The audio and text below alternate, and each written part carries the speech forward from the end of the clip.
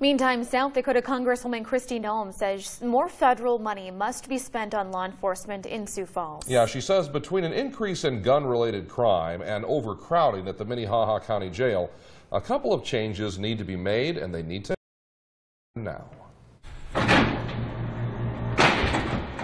Many say Sioux Falls isn't the city it was even 2 years ago.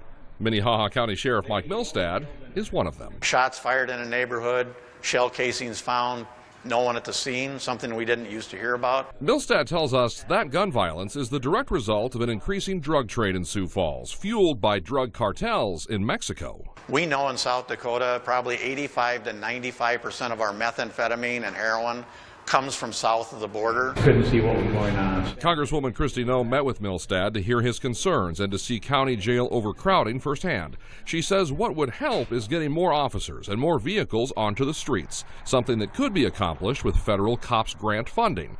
But there's a curious fact when it comes to COPS grants in this county. In the last 5 years, South Dakota's received over $13 million in COPS grants, but this county has not received any. Noem says she is backing legislation to stem the flow of drugs over the border from Mexico and is trying to increase federal funding so counties nationwide can hire more deputies, at a time when Sioux Falls is getting a little more dangerous for both residents and officers. Most of the incidences that they're a part of include guns, which was not necessarily true 3 or 4 years ago.